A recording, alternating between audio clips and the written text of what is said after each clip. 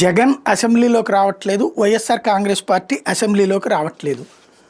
రావాల్సిందే. రాకపోతే కనుక 60 రోజుల సమయం అయితే వాళ్ళ 60 రోజుల పాటు రాకపోతే కనుక అనర్హత వేటు వేస్తాం. ఇది పదే పదే స్పీకరు, డిప్యూటీ స్పీకరు, తెలుగుదేశం పార్టీకి సంబంధించినటువంటి శాసనసభ్యులు, మంత్రులు చేస్తున్నటువంటి హెచ్చరికలు. ఈ నేపథ్యంలో కొంత కలత ఉంది ఎమ్మెల్యేలలో.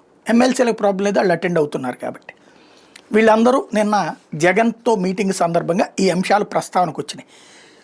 ధృవీకరించని విశ్వసనీయ సమాచారం ప్రకారం తెలుస్తున్నది ఏంటంటే జగన్ ఆ సందర్భంగా కీలకమైన వ్యాఖ్యలు చేసుకొచ్చారు. ఇప్పటికీ మొత్తం ఈ 16 నెలల్లో అయింది 25 రోజులే మీటింగ్లు అయింది. ఇంకా ఇప్పుడు కూడా కలిపితే 10 రోజులు అంటే 35 రోజులు, ఇంకా 25 రోజులు అంటే ఇంకొక 5-6 సార్లు మీటింగులు జరగాలి.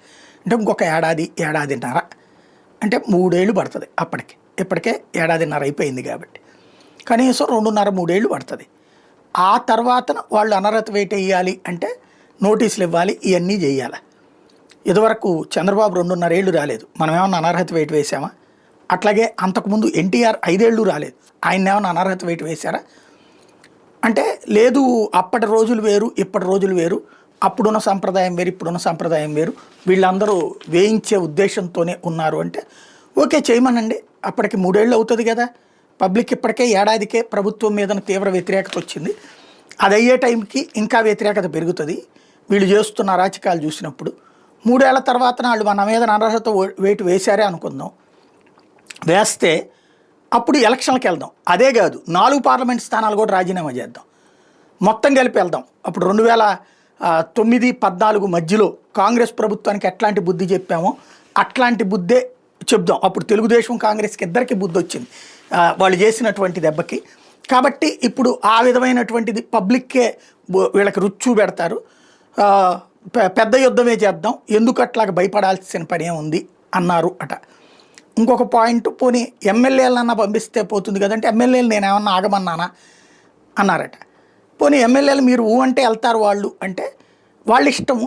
కాకపోతే ఒకటే ఆలోచించుకోవాల్సింది సీరియస్నెస్ అన్నటువంటిది ముఖ్యం. ఇక్కడ నేను సభకి వద్దంటున్నాను, ఆ సభకు వచ్చేటప్పటికి ఖచ్చితంగా సమయం ఇవ్వాలి. ప్రతిపక్ష పాత్ర మామూలుగా ప్రతిపక్ష స్థానం 10% అనే సిస్టమ్ ఎందుకు పెట్టారు? ఇదివరకు 2-3 పార్టీలకి సీట్లు ఎక్కువగా వస్తే వాళ్ళల్లో వాళ్ళు గొడవ పడకుండా ఉండటానికి ప్రభుత్వానికి వ్యతిరేకంగా ఉన్న 3-4 పార్టీల్లో ఎవరికి ఎక్కువ 10% సీట్లు పైన ఎవరికి వచ్చారో వాళ్ళని ప్రతిపక్ష స్థానం అన్నటువంటి ఆ రోజున పెట్టుకొచ్చినటువంటి సంప్రదాయం. ఇప్పుడు ఉన్నది ఒక్కళ్ళం ప్రతిపక్షం, 3 అధికార పక్షమే కదా. అప్పుడు ప్రతిపక్ష స్థానం ఇవ్వకుండా ఎట్టుంటారు? ఇదే కదా మనం కోర్టు అడిగిన దానికి సమాధానం కూడా చెప్పకుండా, వాళ్ళు నోటీస్ ఇచ్చిన దానికి సమాధానం చెప్పకుండా స్పీకర్ వీళ్ళు ఎందుకు ఆడుతున్నారో మీకు అర్థం కావట్లేదా? అది కనుక కోర్టులో సమాధానం ఇస్తే దాని మీద మనం అవసరమైతే సుప్రీంకోర్టు దాకా వెళ్తాం, రాజ్యాంగ ధర్మాస దాకా వెళ్తాం. ఆటోమేటిక్గా సుప్రీంకోర్టు అయినా సరే ప్రతిపక్షం లేనప్పుడు మరి ప్రతిపక్షానికి ఇవ్వడం ఏంటి, ఎందుకు ఇవ్వరు అని అడుగుద్ది. ఎందుకంటే ఇది సంప్రదాయమే తప్పించి రాజ్యాంగంలో లేదు కాబట్టి ఇస్తారు. అలా ఇవ్వాల్సి వస్తుందని వీళ్ళు డబుల్ గేమ్ ఆడుతున్నారు. ఆ సీరియస్నెస్ని గ్రహించండి అని చెప్పి తన ఎమ్మెల్యేలకి చెప్పారు అన్నటువంటి పాయింట్ తాజాగా వినబడుతుంది. టైం ఇస్తానని చెప్పి చంద్రబాబుకి ఎంత టైం ఇస్తారో అంత టైం నాకు కూడా ఇస్తానంటే నేను వస్తానని చెప్పి చెప్తున్నాను కదా, స్పీకర్ని అనౌన్స్ చేయమనండి అన్నారట. ఆయన స్పీకర్ అనౌన్స్ చేసేది లేదు, అట్లా టైం ఇవ్వాలన్న రూలు లేదు. ఇదివరకు జగన్ మాట్లాడినంతసేపు చంద్రబాబుకి అవకాశం ఇచ్చారా?